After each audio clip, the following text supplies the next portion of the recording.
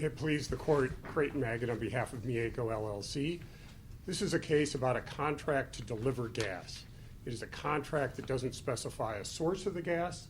It only specifies the price of the gas and the place of delivery. And the place of delivery that it specifies is one of the 25 most highly traded hubs for natural gas in the United States. So there's plenty of gas available. The seller, Pioneer, is not, as it claims to be in its briefing, merely a producer of gas. As we pointed out, it buys annually 18 trillion BTU. That's 18 million BTU a year from third-party sources. It acknowledges that even in the days prior to the events giving rise to this case, it routinely went into the market to purchase gas.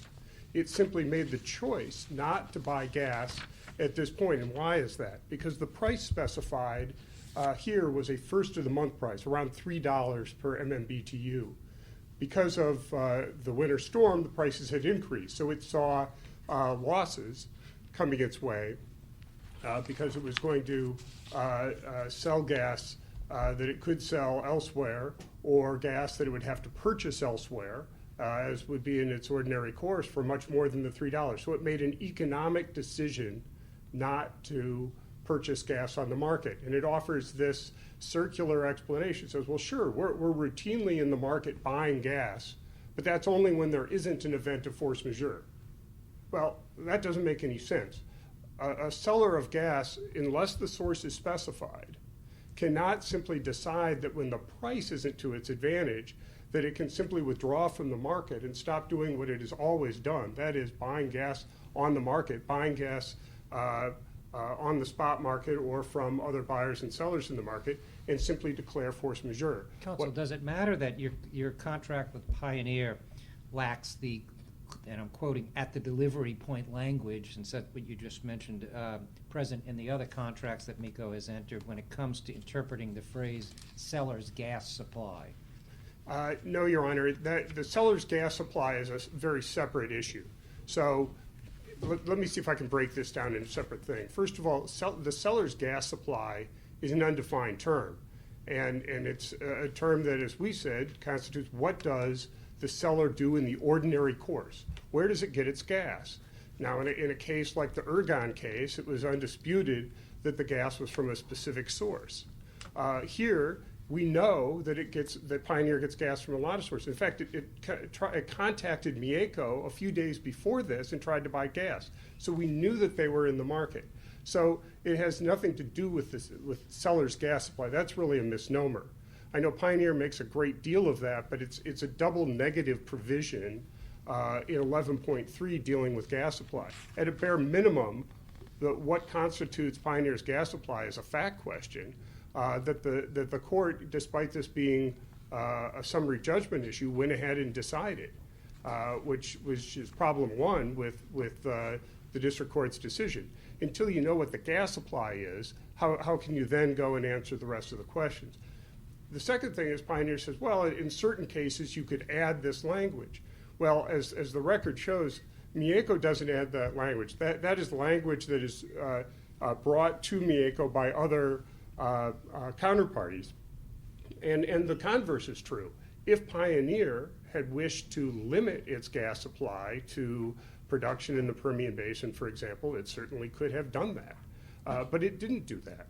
And so you have a case here that is exactly the circumstances in the Hess case, a case decided under New York law, in which the court was very clear. It says if you don't specify the source, and there are lots of places where you can get the gas, you have an obligation to deliver that gas. It doesn't matter whether your preferred source of supply is unavailable, as long as there is other gas that's available. Let me follow up on Judge Engelhardt's question about seller's gas supply, and specifically at section 11.3. Is it your view that if Pioneer obtained gas, I don't know if it's even necessary regularly, or just obtain gas from the spot market, that the spot market gas is part of the seller's gas supply? Is that your view? It is, Your Honor, because so I get that. Mm-hmm. So is that in tension with what we said in the Dynegy case, the Aragon case? I think you just referred to it. in footnote 5, where we say, well, no, that couldn't be the case. Right, and it's not for several reasons, Your Honor. The first thing is, in the Ergon or Dynegy case, I don't know which one to start out with, the court started out and said there was a provision there that the contract there began with the term, seller has certain volumes of gas that are available for sale. And the court said, well, it's clear it's talking about, you're specifying you've got this gas that you're going to sell. That can't be spot market gas. Okay. And so the court in Ergon said, well, given that there is a specific source of gas, that it is just the seller's source of gas. Remind me, was that language in the contract? It was. Okay. Yeah, and So you're saying that contract was more specific as to what is meant by the universe of gas that is covered by the... Yeah, absolutely, Your Honor. And the court then said, given that the implication was that it was the producer's own supply, and therefore there would be no obligation to go out and buy gas elsewhere. The second point, Your Honor, is that the court in footnote 5 says, well, it would be ridiculous, particularly in a situation where you have a specific source in mind, to say that you could never have force majeure if there was gas available at any price anywhere in the world. And we're not arguing that if there is gas available at any price anywhere in the world, that you can't have an excuse from performance. But it's a very different circumstance where here the delivery point is a very highly traded, highly liquid hub, which means there is plenty of gas to be purchased. There was plenty of gas to be purchased at this time. In fact, all that happened here was an economic shift. Pioneer said we're not going to deliver. Mieco had to go out on the market and buy the gas at that hub. And so it was merely a transfer of economic risk, which was not contemplated by the contract. That's why we call this price majeure and not force majeure. But Your Honor, to further explain that, Your Honor, so in Ergon, the court says, well, you got to take it to the extreme. And certainly if you had to go and find the one producer of gas in Kazakhstan who is holding you up and said, you can't get gas anywhere else, but I might be willing to sell it to you for, whatever the unit of currency is, and it's an extraordinary price, that doesn't mean anything. But if you're selling at a hub or at a pool that's highly liquid, where there are lots of transactions during the period of time, that means that it is not impractical to go out and purchase the replacement gas, which brings me to another point. The district court said, well, prevent, which is language unique to this contract, and keep in mind, and I'd like to go back in a moment and talk about the changes to this contract, but this contract uniquely, and unlike Ergon and unlike the other cases that Pioneer cites, the parties specifically agreed that in section 11.1 as modified by the special provisions, that force majeure would only be an event or circumstance that prevented performance, all right? And the district court says, well, prevent doesn't necessarily mean impossible, it can also mean impractical. But then there's no discussion of why is this impractical. If you have all of this gas that is available at a market price, so you've got lots of buyers and sellers that agree that that is the price. So it isn't. You mean impractical with respect to going on the spot market? Sure. So that I do have a question about that. It's not so much about the word prevents, but it's about something later in that section, which by the exercise of due diligence the claiming party is unable to overcome or avoid or cause to be avoided as further defined in 11.2. I guess the understood object of that is the force majeure event. Right. Are you making an argument that because, I guess, I don't mean to put words in your mouth, so tell me if I am, that if it was not impracticable to go on the spot market to get gas, therefore Pioneer did not exercise due diligence? Is that a part of your argument? It is, Your Honor. Okay, well, if you could help me with that argument. Sure. So the parties specify, and this is language that is unique to this contract. It's not in Ergon and it's not in the others. Well, there is a due diligence part in Ergon, in one of the contracts. In one of the contracts, yes. But here it says, you've got to exercise due diligence to see if you can overcome the event. So what Pioneer, by sitting on its hands and saying, we declared force majeure, we're under no obligation, it turns that provision on its head. Well, I did not see, and the other side will correct me certainly if I'm wrong, that the district court really zeroed in on the due diligence part.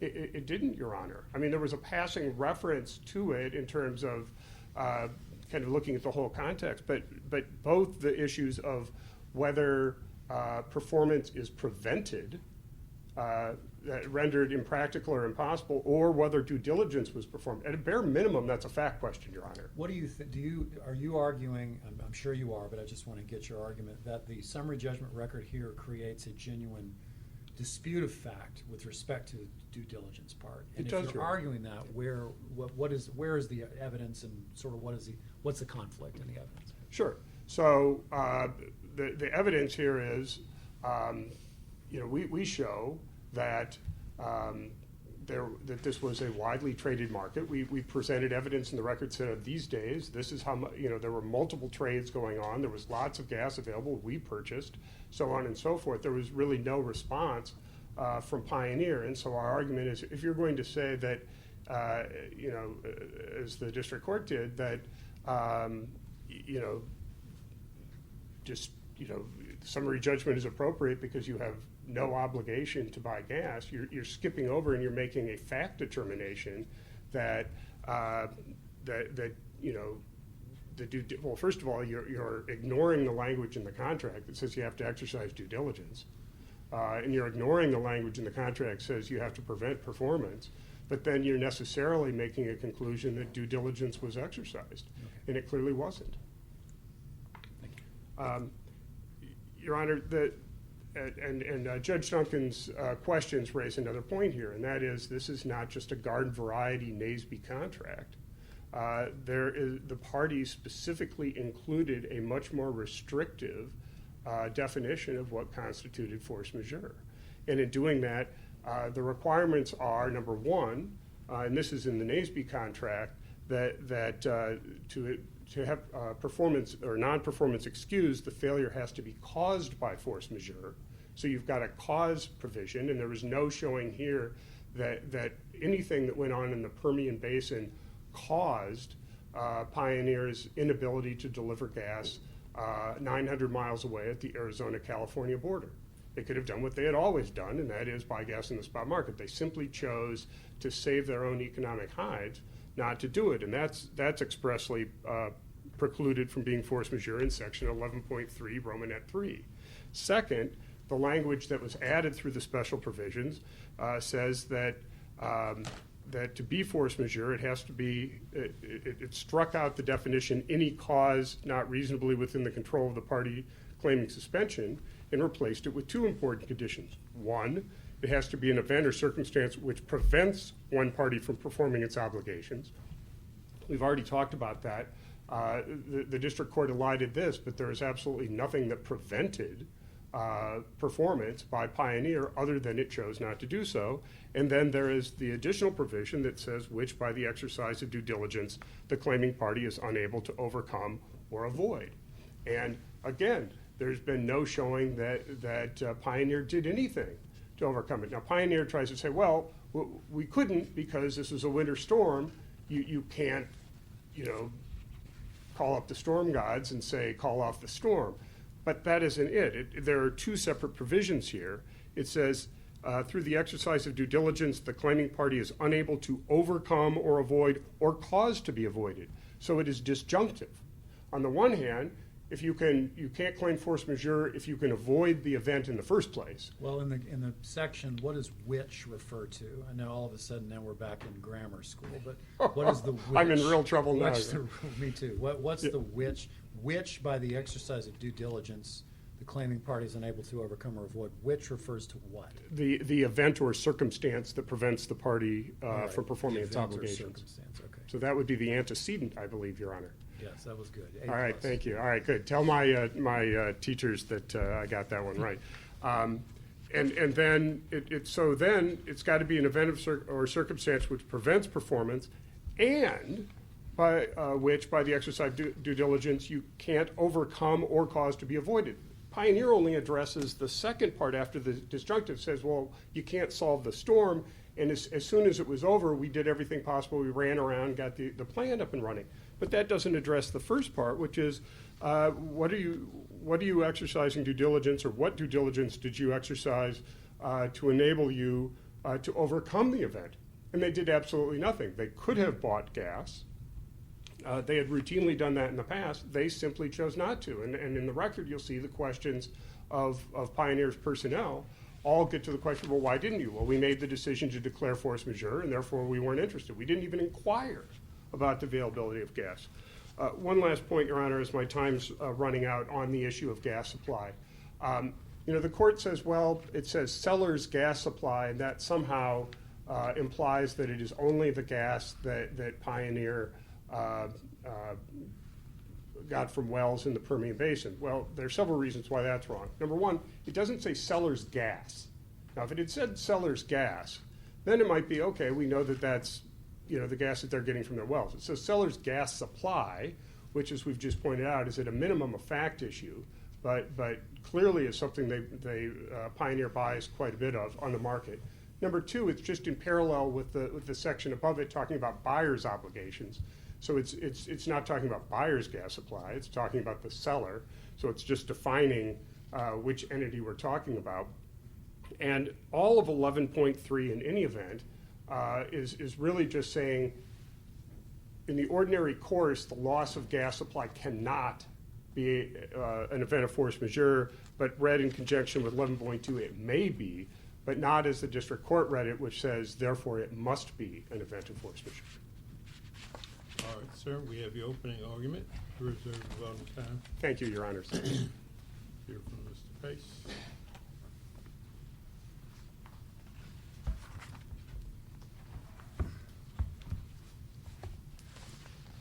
Good morning, Your Honor, and may it please the court. My name is Christopher Pace. I'm here representing Pioneer Natural Resources. Pioneer Natural Resources is a oil and natural gas exploration and production company. Mieco is a California-based energy trading firm. The parties entered in a very clear agreement that required Pioneer to deliver a certain quantity of gas to a certain location out in near the California-Arizona border. We just enjoy when lawyers tell us things are very clear. As my 20 minutes progress, Your Honor, that may change, but it does require Pioneer to provide the certain volume of gas without exception, unless there's a force majeure event. So in other words, when Pioneer is delivering gas, it has its own gas supply. If for some reason that gas supply is not sufficient and there is no force majeure event, yes, Pioneer has to resolve that issue. And it may require it to go out and buy other gas. It may require it to go to the customer, as the record reflects here, and essentially buy back the amount of gas. In other words, we said we'd get you 20,000. We can only get you 18,000. We will pay you for the 2,000 gap. But once a force majeure event arises, that's what allows Pioneer to not have to comply with or to not have to follow through on those obligations. The agreement here, section 11.2, 11.3b, identifies a force majeure event to include a loss or failure of Pioneer's gas supply, the seller's gas supply, due to a weather-related event affecting the entire geographic region. This is a narrow provision. This does not give Pioneer an ongoing regular right to be able to escape production. This is a very narrow set of circumstances. Winter Storm Uri was precisely such an event, however, and the record, of course, is undisputed that the Winter Storm Uri had a devastating effect on the ability to obtain gas out of Texas. All of Pioneer's wells, the processing facility, were all in the Permian Basin and in West Texas. That's the gas supply that Pioneer owns and controls. The force majeure provision for loss of failure of a seller's gas supply due to a winter storm event affecting the entire region fits this case perfectly. Counsel, what's your best case, your best New York law case that we should look at in order to determine the meaning of the word prevent in the force majeure context? Or is there one? Well, I would have to cite, Your Honor, to Kel Kim versus Central Markets. That's 70 New York 2nd, 900. Though I do believe in this context, to be perfectly honest, Your Honor, the cases that are dealing with force majeure provisions in the context of natural gas and oil production are just simply more instructive because they deal with these particular issues.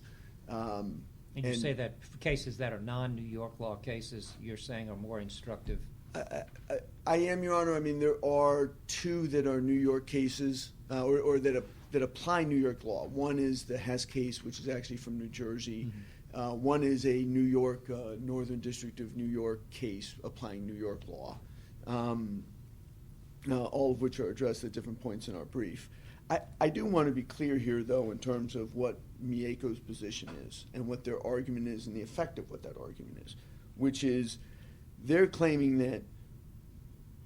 that if Pioneer could acquire gas from some third party, unknown third party, unidentified third party in the contract, and have that gas delivered to a location near the Arizona-California border, then it has no right to declare force majeure, notwithstanding the very express reference in the agreement to the seller's gas supply. Clearly, that gas supply is unknown in the sense of the party involved is not known. It's a spot gas. It's actually, believe it or not, anonymous transaction initially. You buy it and then you find out afterwards who's on the other side. That still brings us back to the word prevent, and well, how is that not a fact question of how prevented your client is from supplying from whatever source? Well, a couple of reasons there, Your Honor. Well, three actually. First is there was no dispute in the district court in terms of what the difference was over the issue of replacement gas, of whether we had to acquire replacement gas or not. And the courts, including this court in Ergon, was very clear that if your gas supply is, that one thing you don't have to do in order to perform is to go out and buy replacement gas. And in fact, the language there is fairly similar in terms of renders unable. You know, I want you to give a full answer to Judge Engelhardt, but I just need to stop you there because this is where my difficulty is. As I read the Ergon Dynegy case, and I'm thinking specifically about the part of the case about the Ergon WV contract, which does have this language of exercise of due diligence in it. So it's reminiscent of this contract. And I just want to get your reaction to this. As I read our Dynegy opinion, we said, look, that provision, whether it requires getting replacement gas, is ambiguous. I think that's what we held in this case.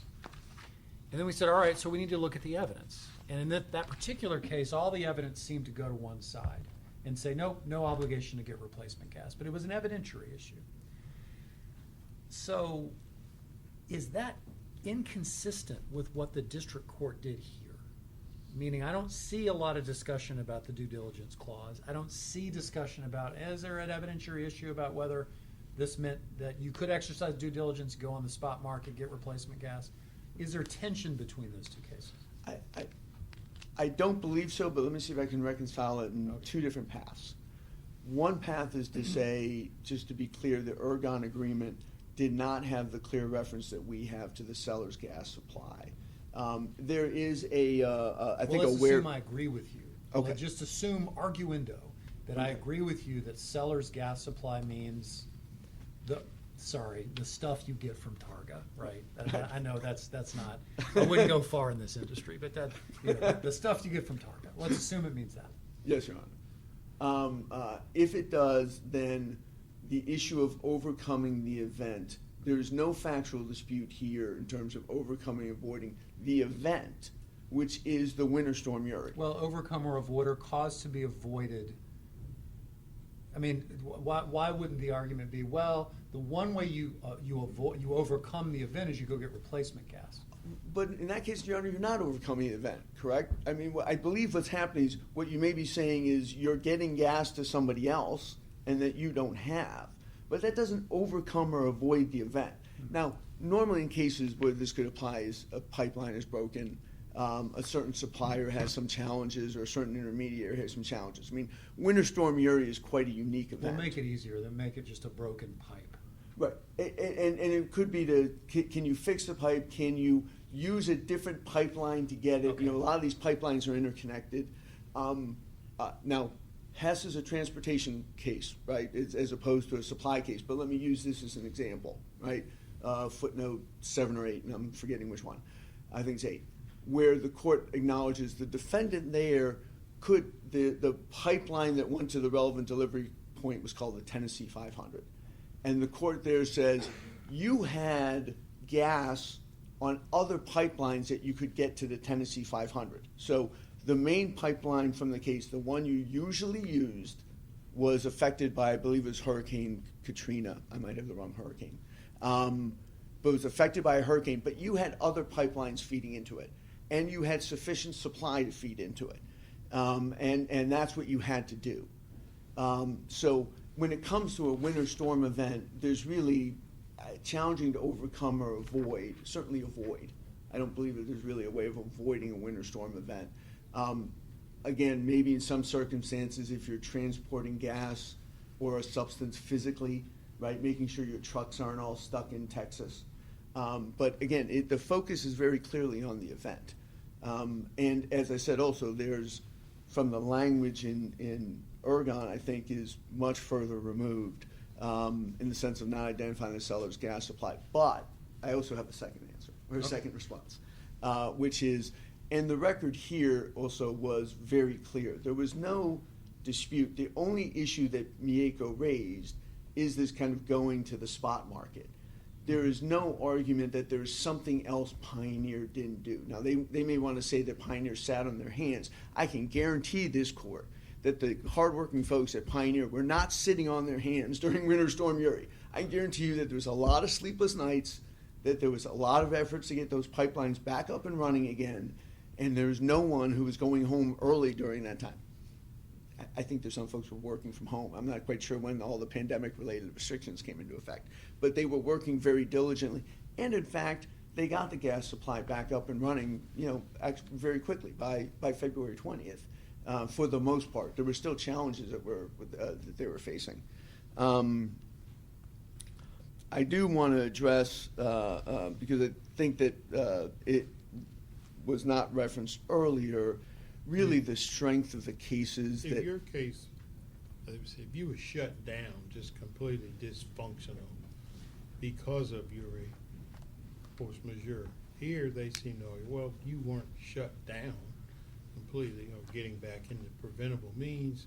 They ended up buying the gas from the spot market that you could have bought it from, and economically, they don't seem to argue that that's, quote, the seller's gas. They don't make that argument, but they do seem to say force majeure really doesn't kick in here until you're sort of exhausted. You're not shut down, therefore you're able to navigate within the market, and that's where they argue, I think, that force majeure he really isn't operating. Well, let me be clear, and I don't want to misinterpret your question, but both our experts and their expert all agreed that the Permian Basin was shut down. So when we talk about being shut down, were people able to work from their homes? Were they able to access the telephones? Absolutely. I mean, I'm not doubting that. They were working 24/7. There is no dispute that the gas that Pioneer owns and controls in West Texas, they were not able to get to that gas through the wells freezing, the processing plant having the problems they had and everything. Gotcha. The only issue would be, could you go to this spot market in Arizona, California, Right. and acquire gas? And even then, it's a step more complicated than that, because their position is that, can you get gas to that spot market? There's some ability in the natural gas industry to divert gas away. So in other words, even if I didn't intend to send it to the border today, I was intending to send it somewhere else, I might be able to divert it there. That they're also trying to include. In all cases, none of this is gas that was owned by Pioneer, gas that was controlled by Pioneer, and it really dramatically changes the contractual language, because you could quite simply put in there, unless you're unable to get gas at the delivery point. In fact, as we note in our brief, that's exactly what Mieco has done in some other contexts. they have put in there that says, you can't declare force majeure unless you cannot get gas at the delivery point. Very easy fix. In fact, the parties can always contract around some of these issues. Here, however, there was no such provision as that, and there is a very clear provision that goes directly to our issue. It says the loss of the seller's gas supply or depletion of their reserve. And there was no dispute in this case in the record before the court that there was really only two options that were presented to the judge. One was seller's gas supply means the gas that Pioneer owns and controls. And then two is it means that plus any gas that might be available on what's called the spot market or could otherwise be delivered to the Arizona-California border. That was a clear dichotomy that the court was presented with, and that's a clear dichotomy that the court resolved. Just kind of a curious question as I look at this. Failure of seller's gas supply or depletion of reserves. What is the difference between supply and reserves in that sentence? The reserves are certainly what you still have in the ground, and the supply is what you've actually already pulled out. So your reserves are what you're kind of holding on to. You can bring up eventually. The supply is what you've already brought up. But they are both clearly, Your Honor, to the extent this is a point you may be reaching or getting towards, is related to the seller. Yeah, that was my next question. Does sellers modify both supply and reserves? Correct. No one would imagine that the reserves being in that phrase means worldwide reserves, right? Until we, obviously run out of gas, and in the world, and I do want to make a reference on that worldwide because I want to be clear when we talk about ergon too. While it's a slightly colorful phrase, I think it's very clear the Ergon Court, which makes reference immediately in the sentence preceding it to a spot market, understood the dynamics of how the market worked. I think the reference to anywhere in the world really means anywhere in the world that you could have gotten to that spot market. It's literally right there in the same footnote. And the same thing, I think, here with Judge Boyle. I mean, everyone understands that it's not, if there happens to be gas in a fuel truck in Tokyo, no one is saying that that means you can't declare force majeure, but no court is thinking that way. But it is true that these spot markets are pretty dynamic. And so when someone says, if you could get gas to this location, it's not so simple to know exactly what that means. You don't sit there, it's not like walking into a grocery store and you kind of say, oh, there's 5 bottles, or 5 bottles of Coke on a countertop, I can buy 5, that's the limit. It's an ever-evolving, ever-changing number. And again, I think very inconsistent, in fact, with the very notion of a seller's gas supply to have this constantly evolving number. The phrase itself, I want to take it from a second perspective too, which is why is this kind of an intelligent way for the parties to align their interests. It is Pioneers taking the risk on those other than when a force majeure event arises. They've got to get the gas to you. They do that predominantly, almost exclusively, by using their own gas. You can talk about the volume that is purchased from other sources, but the fact of the matter is that's because the total volume is so much, right? In other words, we're only talking about 12%. In fact, it's often lower. But where does the 12% come in? So in the record, there is that of the gas that Pioneer sells, 88% comes from its production wells and 12% is what's spot market.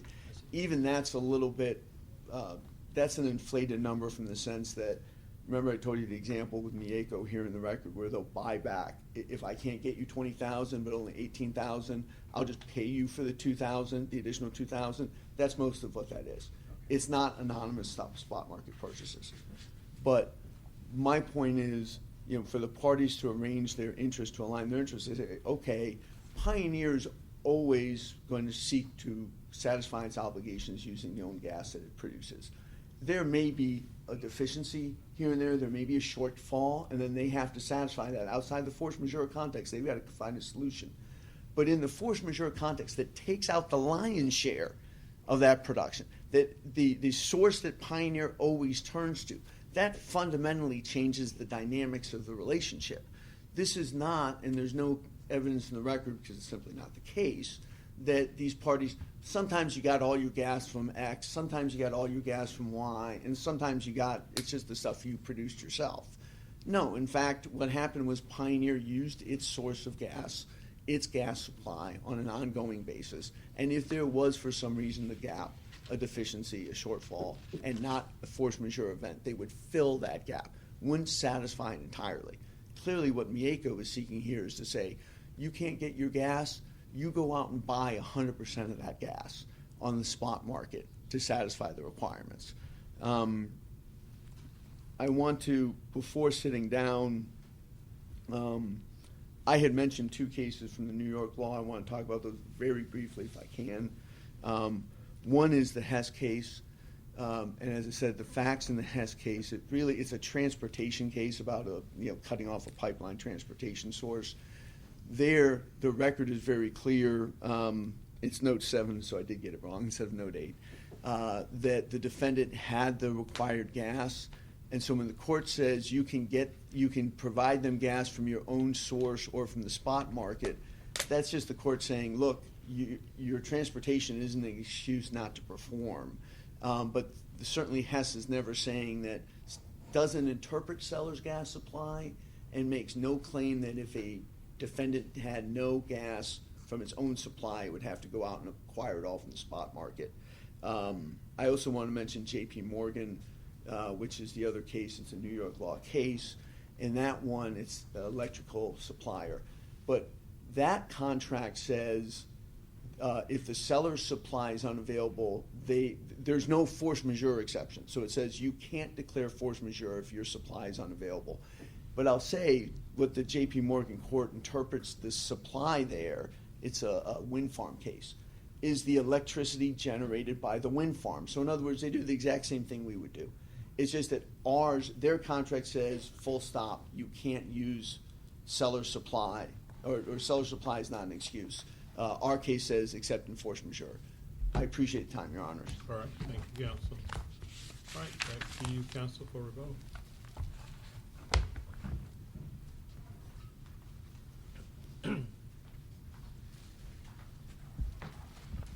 I'd like to begin with the 2 New York law cases. First, Hess.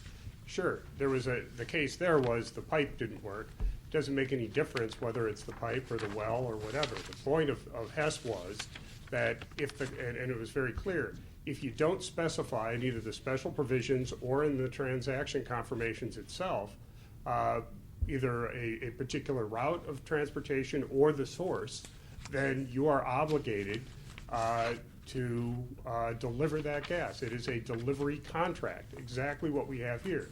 It is a delivery contract. If Pioneer had intended it to be a sourcing contract, to say we're going to sell you gas from our wells, or as in Ergon, if there is a preface that says we have a certain amount of gas that we have that we're going to sell you, then that's a very different circumstance. But here, where it is unspecified, Hess provides the answer. It doesn't matter whether the problem is with the pipe or anything else. What Hess said was, sure, the pipe was broken, but your delivery obligation was at a well or a hub that was fed by a number of different sources. So the fact that you couldn't get your preferred source of gas there through the pipeline is irrelevant. Your obligation was to deliver gas at the hub, unspecified gas, molecules that were not otherwise distinguishable, and you had an obligation to do that. And you could do that because you could purchase gas there on the spot market, and therefore it is not force majeure. Similarly, in the Miami wind case, the court had 2 provisions, and yes, it's true that one of the provisions, or the reasons for the opinion there were, the contract language there expressly said, failure of supply is not a force not a force majeure event. But then the court went on to say, moreover, this is a case where because delivery was to be at an ERCOT hub, this was electricity, and there was plenty of electricity available, that there was electricity available for that reason as well. The wind farm, even though everybody knew that the wind farm was intending to sell the wind farm's output, said, no, sorry, you got to go, and you can't declare force majeure because You didn't say electricity from our wind farm. You said we're going to deliver electricity at the ERCOT hub. And you had an obligation to do it, and you could do it because there was electricity there that you could have purchased and delivered. So the two cases that decide New York law are very clearly in our favor, and they were really brushed over by the district court. As a matter of fact, the district court tried to distinguish the Hess case by saying, oh, but it has different language involving gas supply. Simply not true. As we pointed out in our motion for reconsideration, the language is exactly the same. So that's not a basis for distinguishing it. Counsel also tried to tell the court that, well, overcome the event or circumstance means, as I had predicted, that you had to cause the storm to go away. That's not it. The language is overcoming your failure to deliver. And absolutely, I don't know what these people were doing, how busy they were. I'm not suggesting that they're just loafing at Pioneer, but they acknowledge that they did absolutely nothing when it came to looking for alternative sources of supply. If we were to conclude, not that we have, but that there are some fact issues here, what would the quality of that evidence look like? The evidence would, first of all, in terms of gas supply, would show that Pioneer, day in and day out, purchased gas to supplement other production. Number two, that it didn't actually own the gas that it now claims that it owns. As Pioneer acknowledges in its brief to this court, it essentially sells its production to Targa, and then as the sale price for that, it gets some gas back from the Targa plants. And in addition to that, because it has an ownership interest in Targa, it gets gas from somebody else's wells. So this canard that it's only a production company selling its own production simply isn't true, as a matter of fact. Third, there's no evidence in the record at this point that in fact Winter Storm Uri prevented the Targa plants from delivering gas. The only evidence is some expert who says that's my understanding, but the first party witnesses don't say a thing about it. And we have evidence showing that, again, we're not arguing that you have to buy gas somewhere with a pipeline connecting to the California border. We're saying at that point, so you don't have to transport anything, we have shown in quantities day by day how much gas was available, how much could have been purchased, what the cost of that was, the fact that we purchased it. And again, the issue is simply Pioneer chose to declare force majeure and then said, well, the game changes. Ordinarily, as you just heard, we go out and buy gas, but now we're going to claim it's too expensive, we're not going to do it, and it's up to you to pay it. That isn't what the contract said, Your Honors. All right. All right. Thank you very Counsel, for your briefing and arguments in the case. The case will be submitted.